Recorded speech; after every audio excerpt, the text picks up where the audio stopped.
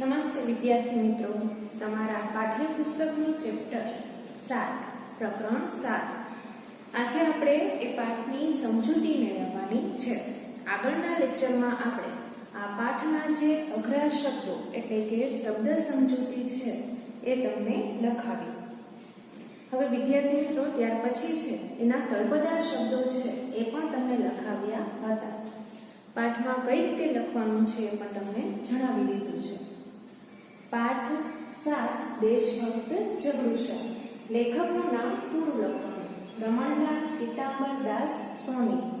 એમનો જન્મ 1908 અને મૃત્યુ 2006.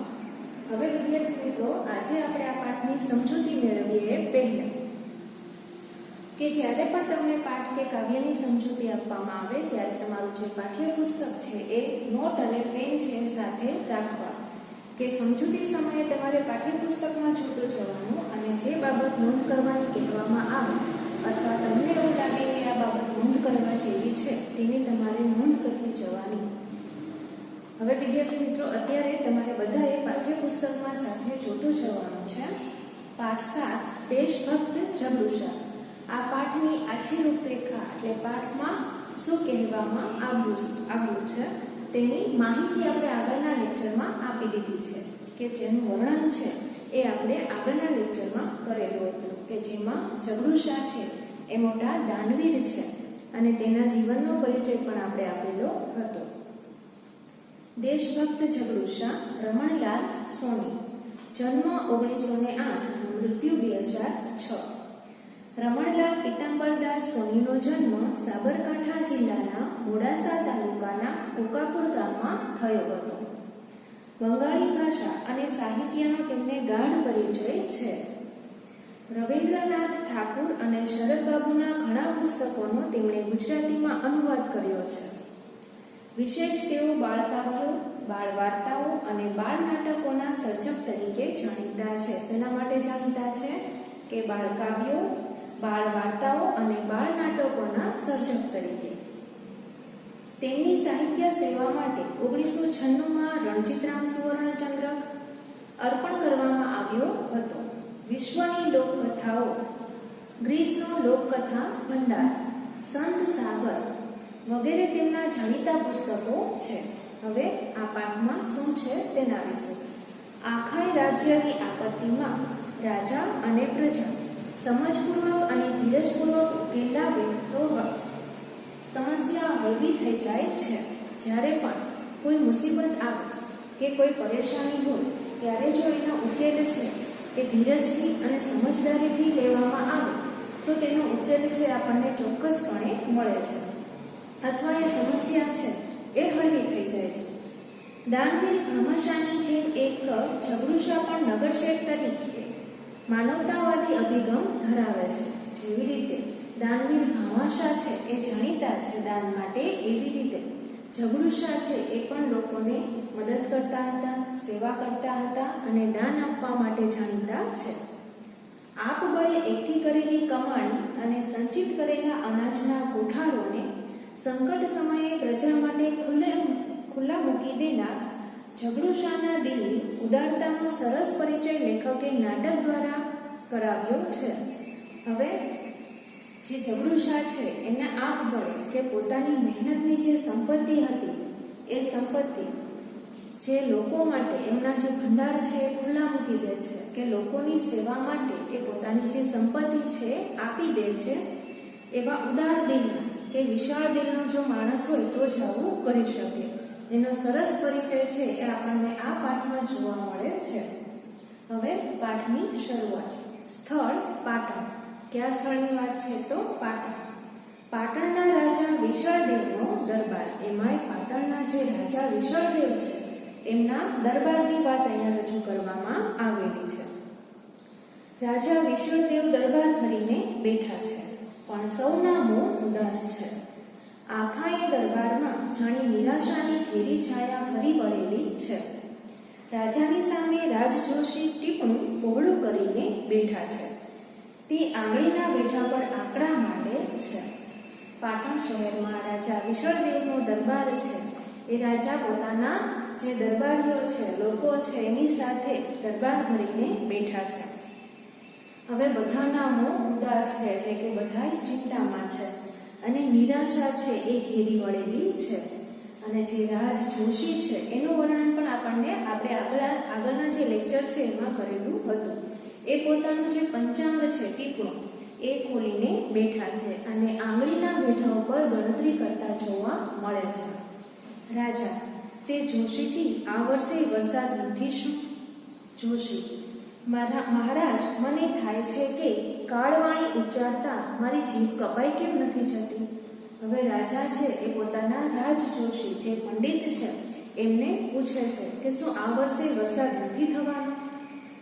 ત્યારે જે પંડિતજી હોય છે, જે જોશી હોય છે, જે આંગળીના બેઠા ઉપર ભવિષ્ય ગણતા હતા, કે પોતાના પંચાંગમાં જેમણે ભવિષ્ય જોયેલું હતું, એ કહે છે કે મહારાજ, મને એમ થાય છે કે આ કાળવાણી, જે અશુભ વાણી છે, એ ઉચ્ચારતા, એ બોલતા મારી જીભ કપાઈ કેમ નથી જતી?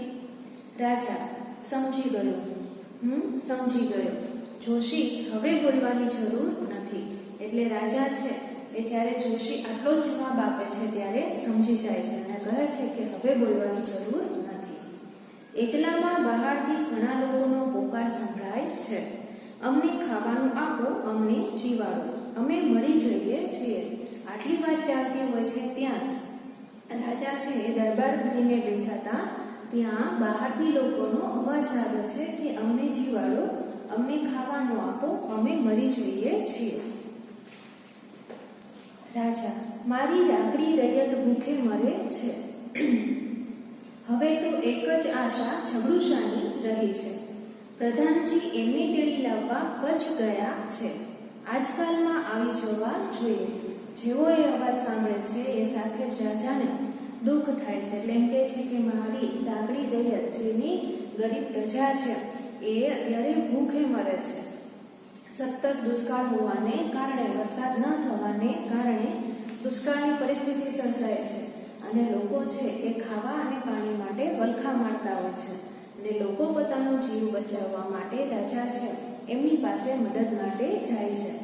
અને ત્યાર પછી એમ કહે છે કે હવે તો એક જ આશા છે ઝઘડુશાની. અને જે રાજા છે એમના પ્રધાનજી હોય છે એ એમને તેડી લાવવા માટે કચ્છ ગયેલા હોય છે અને એ આજકાલમાં જ આવવા જોઈએ. દરબાર પ્રવેશી રાજાને પ્રણામ કરે છે. દરબાર હોય છે એ પ્રવેશે છે અને રાજાને પ્રણામ કરે છે. કચ્છના શાહ સોદાગર શેઠ ઝઘડુશા પધાર્યા છે. પ્રધાનજી પણ સાથે છે.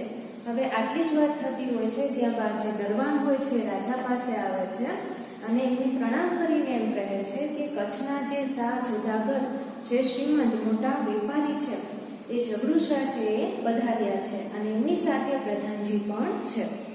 રાજા એકદમ ઉત્સાહમાં આવી. હવે રાજા છે એકદમ ઉત્સાહમાં આવી જાય છે, ખુશ થઈ જાય છે. એકદમ એમને અંદર લઈ આવ. તરત જ શું કહે છે કે ઝડપથી એમને અંદર લઈ આવો. દરબાર નમ્રતાથી, જે દરબાર હોય છે એકદમ નમ્રતાથી એમને જવાબ આપે છે. મહારાજ, પ્રધાનજીએ કહેવડાવ્યું છે કે શેઠ ઝઘડુશા શાહ સોદાગર છે. તેમનો સત્કાર કરવા આપ પોતે આટલું કહીને અટકી જાય છે. દરબાર છે રાજાને જણાવે છે કે પ્રધાનજીએ એમ કહેવડાવ્યું છે કે ઝઘડુશા છે મોટા શાહ સોદાગર છે. જો એમને આવકાર આપવા માટે, એમનો સત્કાર કરવા માટે તમે પોતે, એટલે કહે છે કે તમારે ખુદ, એટલે કે રાજાએ પોતે એમનો સત્કાર કરવા માટે જવું જોઈએ. રાજા: સમજ્યો, એમના સત્કાર માટે મારે જ સામા જવું જોઈએ. પ્રધાનજીની વાત સાચી છે. રાજા ગાદી પરથી ઊભો થઈ જાય છે. આખી કચેરી ઊભી થઈ જાય છે. પછી રાજા ઝઘડુશાનો સત્કાર કરવા પ્રવેશદ્વાર ભણી જાય છે. રાજા છે દરબારની વાત સમજી જાય છે અને એમ પણ કહે છે કે પ્રધાનજી સાચું કહે છે. ઝઘડુશાનો જે સત્કાર કરવા માટે મારે ખુદ જવું જોઈએ. અને આટલું બોલતાની સાથે જે પોતાની રાજગાદી ઉપરથી ઊભા થઈ જાય છે. જેવા એ ઊભા થાય છે એમની સાથે જ જે દરબારમાં બીજા લોકો હોય છે એ પણ ઊભા થઈ જાય છે અને રાજા છે એ ઝઘડુશાના સત્કાર માટે જાય છે. સામેથી પ્રધાન ઝઘડુશાને લઈને આવે છે. ઝઘડુશાને જોઈ રાજા ઝડપથી પગલાં ભરી એની સામે જાય છે અને રાજા જ્યારે પ્રવેશ દ્વાર દરવાજા તરફ એમને સત્કારવા માટે જતા હોય છે ત્યારે જે પ્રધાનજી હોય છે એ ઝઘડુશાને લઈને આવે છે. ઝઘડુશાને જોઈને જ રાજા છે એ ઝડપથી ચાલે છે. તેવી જ રીતે ઝઘડુશા પણ ઝડપ કરે છે અને સામે છેડેથી જે ઝઘડુશા છે એ પણ ઝડપથી રાજા તરફ આવે છે. બંને એકબીજાને બહારથી ભેટે છે. પછી રાજા ઝઘડુશાનો હાથ પકડી રાજગાદી તરફ દોરી જાય છે.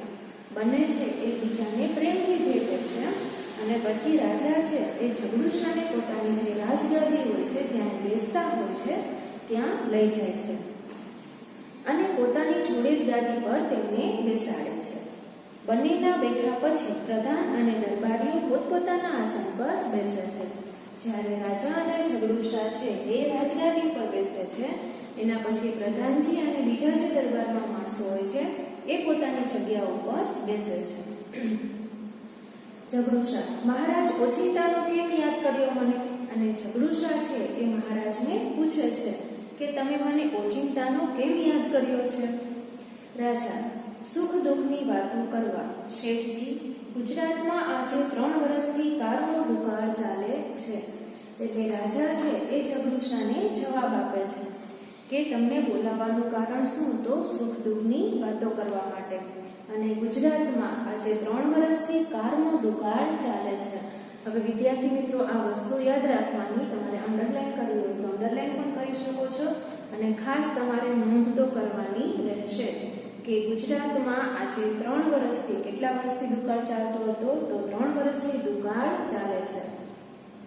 ઝઘડુશા: એકલા ગુજરાતની કાં વાત કરો છો? ત્યારે ઝઘડુશા જવાબ આપે છે કે તમે ખાલી એકલા ગુજરાતની જ કેમ વાત કરો છો? આખા હિન્દુસ્તાનમાં આજે દુકાળ છે. એમ કહે છે કે આખા હિન્દુસ્તાનમાં દુકાળ પડેલો છે. સિંધ, મેવાડ, માળવા, કાશી અને ઠેઠ કંદહાર લગી આજે લોકો ભૂખે મરે છે અને પાનખરમાં પાંદડા ખરે તેમ ખરે છે. વખત એવો બારીક છે કે ભલભલાની લાજ જવાનો વખત છે. એટલે જે ઝઘડુશા છે રાજાને એમ જણાવે છે કે તમે ખાલી ગુજરાતની જ વાત કેમ કરો છો કે દુષ્કાળ તો આખા હિન્દુસ્તાનમાં છે અને જે પાનખર ઋતુ હોય અને એમાં પાંદડા જેમ ખરી જાય એમ અત્યારે એમ કહે છે કે પાનખરમાં પાંદડા ખરે તેમ ખરે છે. એટલે લોકોની પરિસ્થિતિ છે એકદમ ખરાબ છે અને સમય છે એવો બારીક છે, એવો ઝીણવટભર્યો છે કે ભલભલાને કે સારામાં સારા જે માણસ હોય એની પણ લાજ જવાનો વારો આવે. 7 ખોટના દીકરાના મોંમાંથી બાપ બટકું રોટલો કાઢી ખાય છે. એટલે એમ કહે છે કે જે 7 ખોટનો દીકરો હોય, એકનો એક દીકરો હોય, એના મોઢામાંથી પણ રોટલાનું બટકું લઈને બાપ ખાઈ જાય છે. એટલે કે આના ઉપરથી આપણને ખબર પડે છે કે પરિસ્થિતિ છે કેટલી ખરાબ હશે અને સતત 3 વર્ષ સુધી જો વરસાદ ન થયો હોય તો લોકો છે એને તકલીફ પડવાની જ છે. મુઠ્ઠી ધાન સારું મા બાપ છોકરાને વેચે છે. શી ખબર શું થવા બેઠું છે? એટલે એમ કહે છે કે મુઠ્ઠી ધાન સારું, અનાજ માટે જે મા બાપ છે પોતાના છોકરાને વેચે છે. એટલે કે ખબર નહીં હવે શું થવાનું છે. રાજા: રામજી રાખશે તે રહેશે. એટલે રાજા શું કહે છે કે જેમ ભગવાન રાખશે તેમ રહેવાનું છે. પણ આવી વખતે રૈયતને ટકાવી રાખવાનો રાજ્યનો ધર્મ છે. પણ એમ કહે છે કે આવા કપરા સમયમાં, આવા દુઃખદ સમયમાં એક રાજા હોવાને કારણે એમની ફરજ છે કે જે રૈયત છે, જે લોકો છે, એમની જે પ્રજા છે એમનો જીવ બચાવવાની ફરજ કોની છે? તો રાજાની. ઝઘડુશા: આપ સરખા પ્રજાવત્સલ રાજાના મોંમાં આવા જ શબ્દો શોભે. એટલે એમ કહે છે કે આપ જેવા જે પ્રજાવત્સલ છે કે પ્રજાનું એટલું ધ્યાન રાખે છે એવા રાજાના મોઢામાં આવા જ શબ્દો સારા લાગે, શોભે. મને એ સાંભળી બહુ આનંદ થાય છે. મેં તો સાંભળ્યું છે કે આપે આપના ધનના કોઠા અને ધનના ભંડાર ગરીબો માટે ખુલ્લા મૂકી દીધા છે. એટલે શું કહે છે ઝઘડુશા કે મેં તો એવું પણ સાંભળેલું છે કે એમના જે ધનના ભંડાર હતા અને જે કોઠાર હતા એ બધા જ લોકો માટે ખુલ્લા મૂકી દીધા છે. હવે અહીંયા છે એ રાજા અને જે ઝઘડુશા છે એ વાતચીત કરતા જોવા મળે છે કે દુષ્કાળની જે પરિસ્થિતિ છે, દુકાળનું જે વર્ણન છે એ સાથે જ ઝઘડુશા એમ કહે છે કે મેં તો સાંભળેલું છે કે તમારા જે ભંડાર ભરેલા છે એ તમે લોકો માટે ખુલ્લા મૂકી દીધા છે. ત્યારે રાજા શું જવાબ આપે છે કે મૂકી દીધા હતા.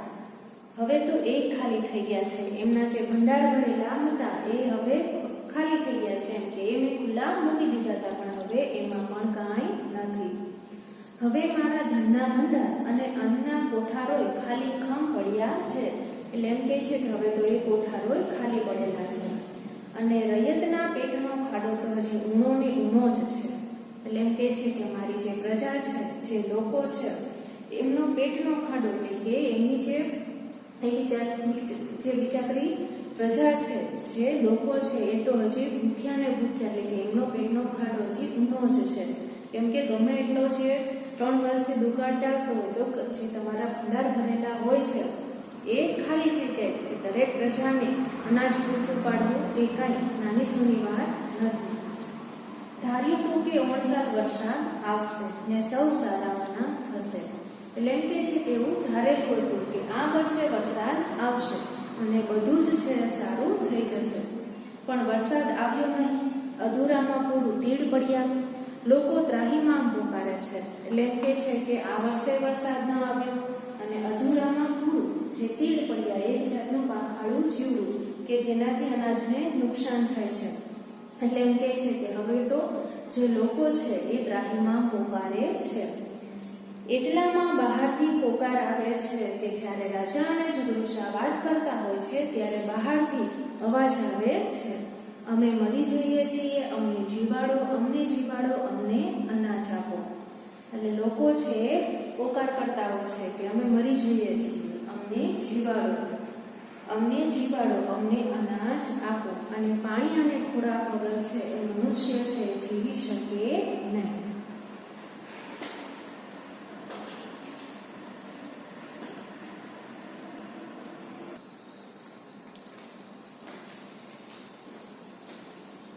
હવે વિદ્યાર્થી મિત્રો, આપણે અહીંયા પાઠની શરૂઆતમાં જ જોયું કે પાટણના વિશ્વદેવનો જે દરબાર હોય છે ત્યાં ગુજરાતમાં 3 વર્ષથી દુકાળ ચાલતો હોય છે. લોકો છે એ મુસીબતમાં હોય છે. ત્યારે રાજા છે એ પોતાની પ્રજાને, રૈયતને બચાવવા માટે ઝઘડુશા છે એમને પોતાને ત્યાં બોલાવે છે અને જે અનાજના કોઠારો છે એમના વિશે વાતચીત ચાલતી હોય છે. અને એ વાતચીત દરમિયાન જ ફરીવાર જે લોકો હોય છે, જે પ્રજા હોય છે, એ અમને જીવાડો, અમને અનાજ આપોની બૂમો સંભળાય છે.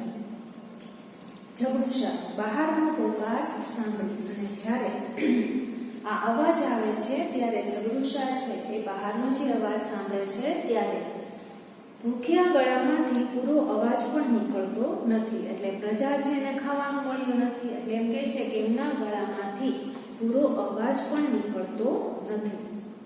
રાજા, વસ્તીનું આ દુઃખ એ મારું દુઃખ છે, પણ નિવારણનો કોઈ રસ્તો મને દેખાયો નહીં. ત્યાર પછી વિદ્યાર્થી મિત્રો શું થાય છે કે ઝઘડુશા છે એ એવું કહે છે કે જ્યારે બહારના લોકોનો અવાજ સાંભળે છે ત્યારે કે ભૂખ્યા ગળામાંથી જે પૂરો અવાજ છે એ અવાજ પણ નીકળતો નથી. અને રાજા છે એ ત્યારે એમ કહે છે કે વસ્તીનું આ દુઃખ છે, દુઃખ એ મારું દુઃખ છે, પણ નિવારણનો કોઈ રસ્તો મને દેખાયો નહીં. ત્યારે હું મૂંઝાયો, એવી વખતે તમે યાદ આવ્યા. એટલે એમ કહે છે કે ત્યારે મને કંઈ ખબર ન પડી એમ કે હું મૂંઝાઈ ગયો અને એ સમયે મને તમારી યાદ આવી. ઝઘડુશા નવાઈ પામી. હું યાદ આવ્યો કેવી રીતે? આ સાંભળતાની સાથે જ ઝઘડુશા છે નવાઈ પામે છે અને એમ કહે છે કે હું યાદ આવ્યો કઈ રીતે? રાજા, મારા સાંભળવામાં આવ્યું છે કે પાટણમાં ઝઘડુશાની માલિકીની કેટલીક અનાજની વખારો છે. એટલે રાજા એમ કહે છે કે મેં એવું સાંભળ્યું છે કે પાટણમાં જે ઝઘડુશાની માલિકીની કેટલીક અનાજની વખારો છે. ઝઘડુશાની માલિકીની અનાજની વખારો એટલે એકદમ આશ્ચર્ય થઈ ગયો છે. મહારાજ, આપની કઈ ભૂલ થાય છે. મારી માલિકીની કોઈ અનાજની વખાર મેં પાટણમાં કે કોઈ શહેરમાં રાખી જ નથી. એટલે ઝઘડુશા છે એ એમ કહે છે કે મારી માલિકીની અનાજની વખારો કે મહારાજ, આપની કઈ ભૂલ થાય છે. મારી માલિકીની કોઈ અનાજની વખાર, એટલે છે કે મારી માલિકીની કોઈ અનાજની વખાર છે એ મેં પાટણમાં કે કોઈ શહેરમાં રાખી જ નથી. રાજા: તો અમે સાંભળ્યું એ શું? આટલું બોલીને અટકી જાય છે. રાજાના મનમાં પ્રશ્ન થાય છે કે જો અમે સાંભળ્યું તો એ શું? જગડુશા: કંઈક સમજફેર થઈ હશે મહારાજ, કારણ કે વખારો મારી ખરીને, એટલે એમ કે છે કે કંઈક સમજવામાં ફેર છે, એટલે એમ કે છે કે કંઈ સમજ ફેર છે, કેમ કે વખારો મારી ખરીને. રાજા એકદમ નવાઈ પામીને: વખાર આપની છે અને છતાં એ આપની માલિકીની નથી, એટલે એમ કે છે કે જો વખાર તમારી છે તો એ તમારી માલિકીની નથી, એમ આપનું કહેવું છે, એટલે એમ કે એમ તમે કહો છો. જગડુશા: વાત એમ છે કે વખારો મારી છે એ વિશે કંઈ શંકા નથી, એટલે એમ કે છે કે જે વખારો છે એ વખારો મારી છે, એમાં કોઈ શંકા નથી. રાજા: અને એ વખારોમાંનું અનાજ? અને રાજા છે તરત પૂછે છે કે જો વખારો તમારી છે તો વખારોની અંદર જે અનાજ ભરેલું છે એ અનાજ? જગડુશા: એ અનાજ મારું નથી. એટલે ત્યારે જગડુશા છે એ જવાબ આપે છે કે અનાજ છે, અનાજ મારું નથી. જગડુશા: એ અનાજ મારું નથી. એટલે જગડુશા છે એમ કહે છે કે અનાજ છે, અનાજ મારું નથી. રાજા હતાશ બની જાય. આ સાંભળતાની સાથે જ રાજા છે એ હતાશ થઈ જાય છે. એ અનાજ તમારું નથી, એટલે ફરી પૂછે છે કે અનાજ છે તમારું નથી તો શું તમે એ કોઈને દઈ દીધું છે? એટલે એમ કે છે કે તો શું એ તમે કોઈને દઈ દીધું છે? કોને દીધું? ક્યારે દીધું? હું તમને એના મોં માગ્યા દામ આપત. એટલે પેલા તો પૂછે છે કે શું તમે અનાજ કોઈને આપી દીધું છે? કોને દીધું? ક્યારે દીધું? એટલે એમ કે છે કે હું તમને એ અનાજના મોં માગ્યા દામ છે તમને આપત. જગડુશા: એ અનાજ મારું નથી એ નિશ્ચિત છે, એટલે એમ કે છે કે એ નક્કી જ છે કે એ અનાજ મારું નથી. મેં કોને દીધું અને ક્યારે દીધું એ જાણવું હોય તો એમ કરો ને, એ વખારો ખોલાવી એની તપાસ કરાવો ને. એટલે જગડુશા છે એમ કહે છે કે જો તમારે જાણવું જ હોય કે અનાજ છે એને કોને આપેલું છે તો એક કામ કરો કે અનાજની જે વખારો છે એ વખારો ખોલાવો અને એની તપાસ કરાવો ને. રાજા: કેવી રીતે ખબર પડશે? એટલે રાજા છે જગડુશાને પૂછે છે કે કેવી રીતે ખબર પડશે? જગડુશા: એમ જ ખબર પડશે. દરેકે દરેક વખારની અંદર ભીતપત્ર પર તાંબાપત્રમાં લેખ લખાવીને જડાવેલો છે. એટલે જગડુશા છે એમ કહે છે કે એમ જ ખબર પડી જશે કે જેટલી જે વખાર છે એ વખારમાં જે ભીતપત્ર છે એમાં તાંબાના પત્રા ઉપર, એટલે કે તાંબાપત્રામાં લેખ લખાવેલો છે અને તેમાં એ અનાજના માલિકના નામ ઠામ બધું લખેલું છે. એટલે એમ કે છે કે તેમાં એ અનાજના જે માલિક છે એનું નામ ને ઠામ, એટલે કે નામ ઠામ બધું લખેલું છે. હવે વિદ્યાર્થી મિત્રો આપણે આજે આ પાઠની સમજૂતીમાં જોયું કે જે વિશળદેવ છે એના દરબારમાં જે ગુજરાતમાં રાજ્યમાં કે જે 3-3 વર્ષથી દુકાળ ચાલતો હોય છે અને ત્યારે લોકો છે ત્રાહીમામ પોકારતા હોય છે અને એ સમયે જે લોકોને બચાવવા માટે રાજા છે એ જગડુશાની મદદ લે છે. જગડુશાને પોતાના રાજા પોતાના દરબારમાં બોલાવે છે, પોતાની સાથે પોતાની રાજગાદીએ બેસાડે છે અને જે વખારો છે એ વખારો એના વિશે પૂછે છે. ત્યારે જગડુશા છે એમ કહે છે કે અનાજની જે વખારો છે એ વખારો મારી જ છે, પણ એમાં જે અનાજ છે એ અનાજ મારું નથી. એટલે ત્યારે છે રાજા થોડાક ચિંતિત થઈ જાય છે અને ચિંતા થાય છે કે હવે મારી જે પ્રજા છે, લોકો છે, એમને કેમ બચાવવા. થોડા ઉદાસ થઈ જાય છે અને પછી એ જગડુશાને પૂછે છે કે જો એ અનાજ છે એ અનાજ તમારું નથી તો કોનું છે? અને ત્યારે જગડુશા એમ કહે છે કે કામ કરો, તમારે જાણવું જ હોય તો તમે એ વખારો છે વખારો ખોલાવો. ત્યારે રાજા એમ કહે છે કે તો કઈ રીતે ખબર પડશે કે અનાજ કોનું છે? અને ત્યારે જગડુશા એમ કહે છે કે દરેક જે અનાજની વખાર છે એમાં ભીતપત્ર ઉપર તાંબાપત્રમાં લેખ લખાવેલો છે અને અનાજ જેની માલિકીનું છે એમના નામ અને ઠામ છે એમાં લખેલા છે. હવે વિદ્યાર્થી મિત્રો આજે આપણે આ પાઠની જે સમજૂતી છે એ અહીં સુધી રાખીશું અને તમારું હોમવર્ક કે જે તમારે રફ નોટમાં કરવાનું રહેશે.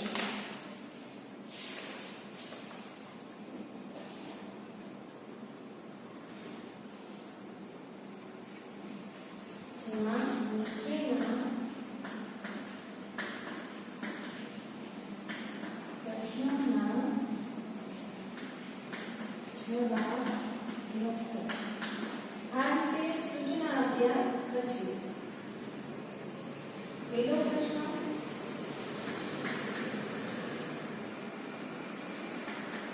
જગૃષાનો પાત્ર પરિચય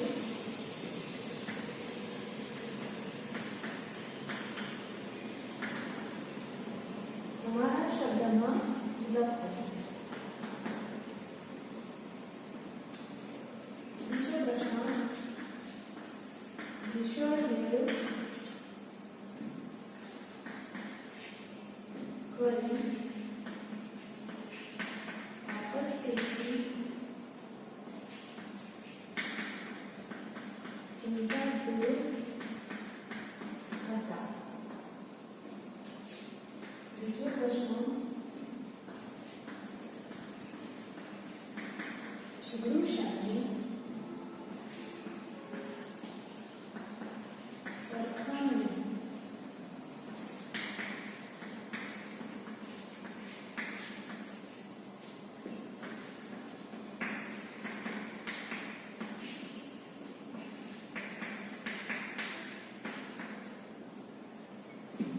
ત્યાર પછી ચોથો પ્રશ્ન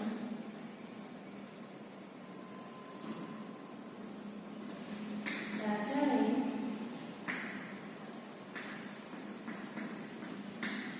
જગૃષાને શા માટે તેડાવ્યા? વિદ્યાર્થી મિત્રો, આ છે તમારું હોમવર્ક કે જે તમારે રફ નોટમાં કરવાનું છે. બધા જ પ્રશ્નો ફરીવાર વાંચી જાવજો, ધ્યાન આપજો. પહેલા તો સૂચના લખવાની, નીચેના પ્રશ્નોના જવાબ લખો. ત્યાર પછી પહેલો પ્રશ્ન જગૃષાનો પાત્ર પરિચય તમારા શબ્દમાં લખો કે જે આપણે પહેલા જ લેક્ચરમાં એનું વર્ણન કરેલું હતું. અને પાઠના આધારે કે તમારે પાઠ છે એ વાંચવાનો અને જે જગૃષાનો પરિચય છે એ તમારે તમારા શબ્દમાં લખવાનો છે. વિશાળદેવ કઈ આપત્તિથી ચિંતાતુર હતા કે જે આપણે પહેલા અને આજના લેક્ચરમાં પણ જોયું. જગૃષાની સરખામણી કયા દાનવીર સાથે કરી શકાય કે જે આપણે આજે પણ સમજ્યા અને આગળના લેક્ચરમાં પણ એના વિશે વાત કરેલી હતી. રાજાએ જગૃષાને શા માટે તેડાવ્યા જે પણ આપણે પાઠમાં સમજી ગયા.